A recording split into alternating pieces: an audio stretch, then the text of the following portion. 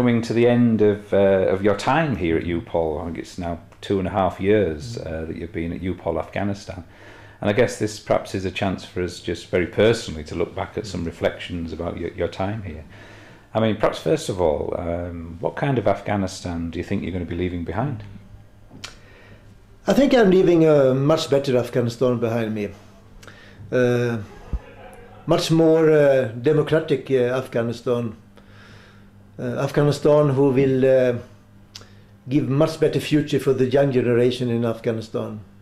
And I think I'm also leaving an Afghanistan who will be more able to take care of their own business, to run Afghanistan and to secure the people in Afghanistan. I mean, I'm always looking at the presidential election, for example. I've always taken this as a good example. I mean, this was the first time when we saw a transition from one democratic elected president to another democratically elected president.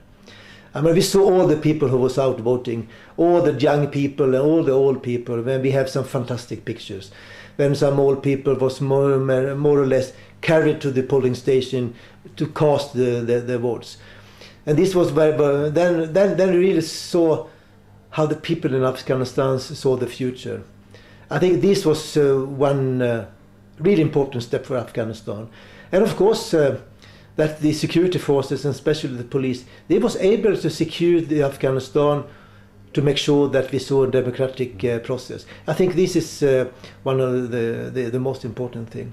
Okay. And we remember for 1 year ago, a lot of internationals was always saying that when the international security forces are leaving, then we will see an Afghanistan who is moving forward to a very difficult security situation. Mm. Some people was actually painting that Afghanistan will have a civil war, or Afghanistan will be divided. We have never had this opinion. I have never had this opinion either, because my feeling have always been that the Afghans, the security forces and the military and the police, they will be able to deal with security. And I think this is exactly what we see now. They are dealing with security as I see this. The cost is enormous. It's to have a lot of security problem, but the positive side is actually that they are able to deal with this. So I see a much better Afghanistan, especially from the civilian society perspective.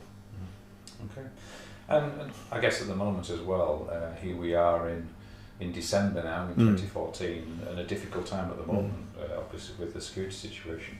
What challenges do you see that still remain?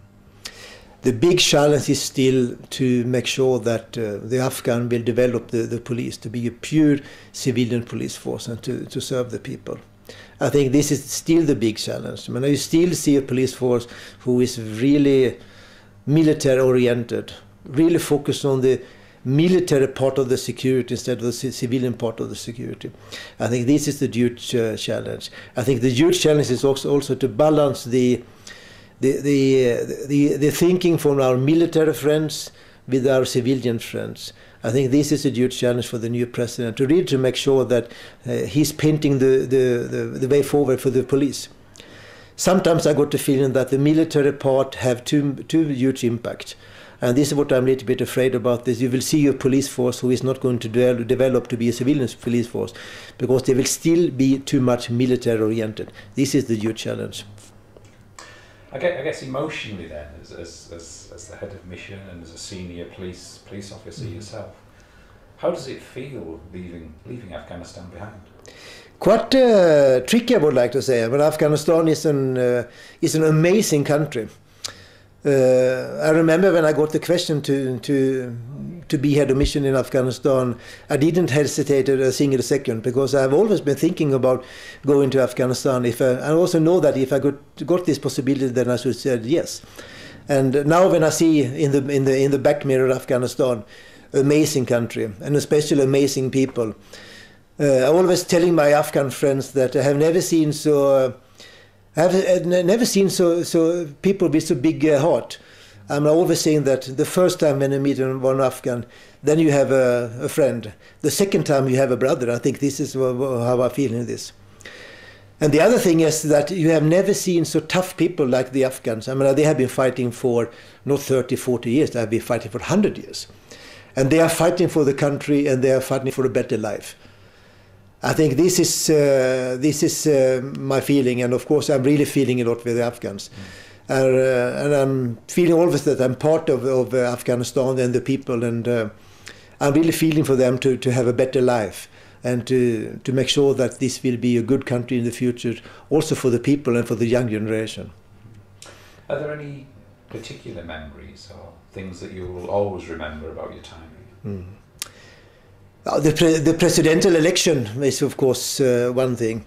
I mean, we was heavily involved in this. I mean, we have been working with supporting the management in Afghanistan, training the management, trying to implement good, efficient methodologies, and then we had the presidential election, and a result of a good performance from the police, and not only from the police, from all of security forces, but especially police. Then they managed to have a proper election. This is a big memory, and you also saw the people, the happy smile from the people, and they were showing the finger that they was able to vote. And they went out. They had a lot of threats from this organization, from the Taliban, but they went out totally convinced that they will be properly secured by the security forces and the police. This is the big memories, of course. So, from a personal perspective, what do you count as your personal biggest achievements? What have you got from this personally in the last 2.5 years working here as the head of mission? I would like to say the friendship. The friendship with the Afghans. I mean, I have a lot of really close friends. It's not only professional friends. It's a lot of really close friends. I'm counting them as some friends for my life. Some people, unbelievable people in the military forces. I remember when I met one Afghan. He was telling me about his life. He had been traveling around in Afghanistan in different kind of positions.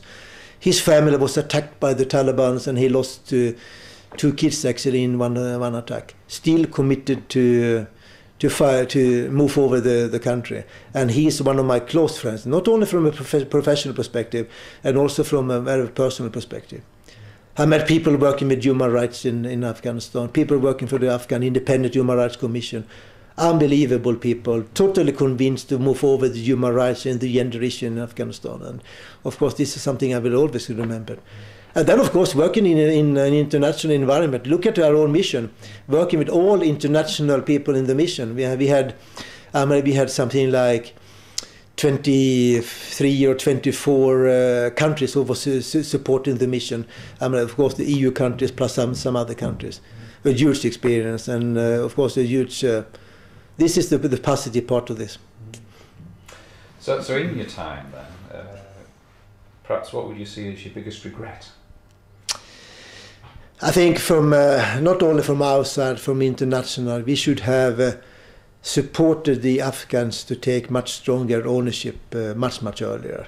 This is what when I'm looking really critical what we have done and what the internationals have done, especially what we have done actually. We should have supported Afghan ownership much stronger. We should have supported the Afghans to take the control of a lot of things what we were dealing with. And I'm only looking at what we have done on the training side, for example. Now everything is now in the hands of the Afghans, and they are doing a terrific job. But this should be done much earlier.